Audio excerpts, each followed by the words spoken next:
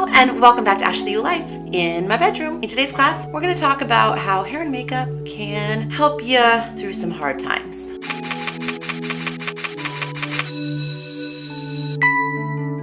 So originally I wanted to do a get ready with me, but I actually forgot to push record. So I was getting ready with you. I was really getting ready by myself, just talking to myself. So I was like, oh, that's great. So I was like, what can I do? I was like, well, I can explain to you why I started making a get ready video with me in the first place. So it'll be quick and easy and to the point. And I wanted to do it in my bedroom because I wanted to be a little more personal, a little extra real, if you will, because I try to always be real. I try to always give you the truth and try to give you things to do that I actually do myself. And I would never tell you to do something that I don't do myself because that would be crazy. But here's the thing, I usually film on Monday. Today is Wednesday, and I could not bring myself to film anything on Monday. There have been some things going on that have just been heartbreaking, and I felt like if I filmed anything on Monday that was like my everyday, like, this is how you do this, or this is how you do that, or my fun new makeup I love, I just felt like I was being like untrue to myself because I'm like so sad. And I just wanted to be honest and tell you how I get through hard times, and maybe it can help you get through hard times. So I'll just start by saying that a couple weeks ago, I had a friend, she was only 32 years old, that had a cardiac arrest and was in a coma, and she never came out of her coma. And then 4 days later, I had another friend who decided to take his own life, which is just heartbreaking. Then we all know about Sunday in Las Vegas. I had multiple friends there at the concert. I learned about it on Sunday night. I was in Palm Springs with some friends. It was just like everything stopped. We all were just like glued to our phones. One of my friends had gone home early on Sunday, so she wasn't even there anymore. Then I had two other friends that were still there. We didn't know what was going on with them while the shooting was happening. And about an hour and a half after everything was like on Facebook, I'd say one of my friends, Lisa, she checked back in on Facebook and said, I'm here, I'm back at the hotel, but I don't know where our other friend was. We didn't know where our friend Candace was. So at that point, she was just missing. Throughout the whole night, she didn't show up. The next day, she didn't show up. She was still missing. She had family drive down to Las Vegas. They were going anywhere and everywhere you could go to look for somebody in this situation. She was just missing all day. My stomach was in knots. Like, I just couldn't eat. I didn't want to do anything, but there's nothing I could do also from where I was. My other friend Laura was awesome, and she was like calling everybody. She was calling anything she could to try to figure out where she was or get the information out there that her friend was missing, along with everyone else. Other people were doing the same thing. Then on Monday night, we learned that she had been one of the ones that was killed in the shootings on Sunday. Candace Bowers was a single mother of three, including a 2-year-old she had just adopted.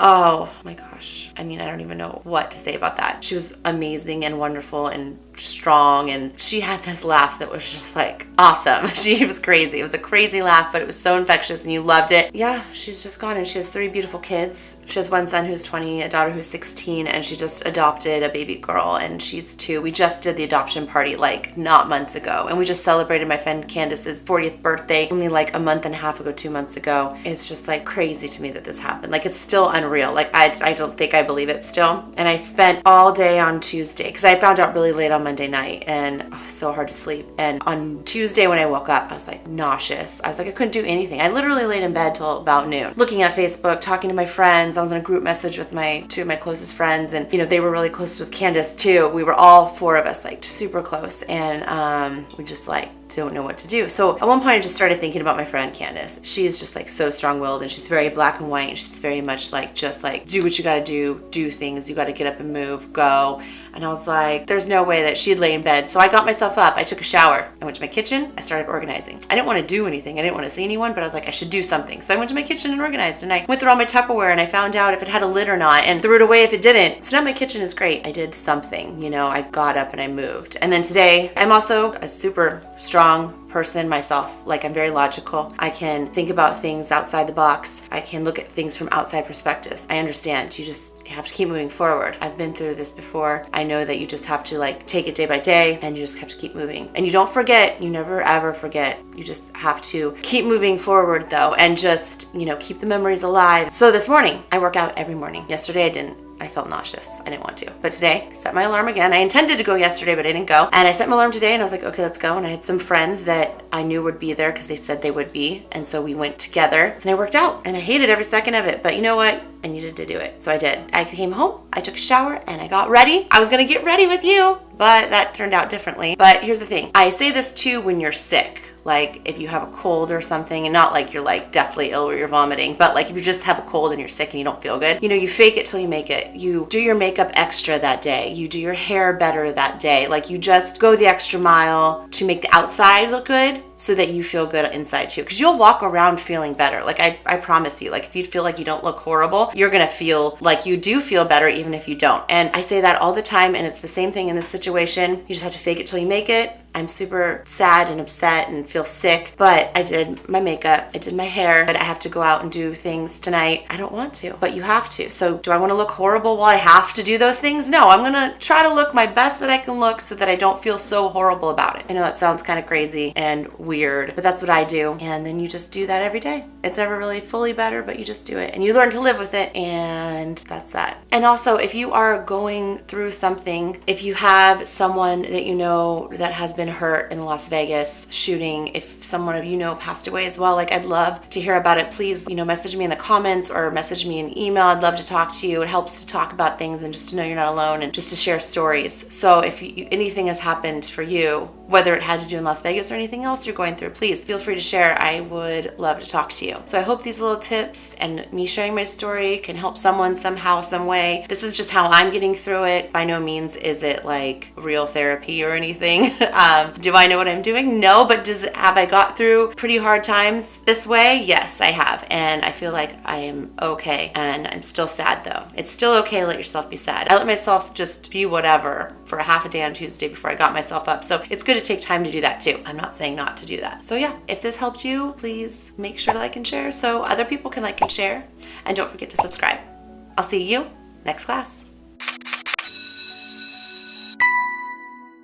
Also, another real quick tip that I want to share with you in case you have lost someone that's super close to you. Someone shared it with me a while ago. I lost my mom and it was super hard. Just pretty much the worst thing that you could ever go through. And I had a guy I was talking to one time, and you just had, how you talk to strangers? Sometimes it's the best thing to talk to a stranger because you can be super honest and no one judges you and you could say whatever you want and you're actually feeling. So we were talking and he had mentioned how, because you kind of feel like you have like a hole in your heart if someone's gone and missing. He said that hole in your heart isn't a hole, it's the place where they are. Like that's where they are. So if you ever feel like they're missing or they're not there, what you're feeling is them. Like that's their place in your heart, So that's not a hole, that's just the place where they live and they're always going to be there. And for me, hearing that, it was like one of the best things and best advice I've ever gotten because I have that. She's in my heart all the time and now my other friends are there too and they'll always be there. And so just knowing that they're there and not that it's a hole in a space that's missing, it's like a place where they are, is like, I think a really cool thing. So I just want to share that. I hope it's helpful. Much love. And if you're going through something like this, like I am, you're not alone. And I'm just sending out my hugs and wishes and thoughts and prayers.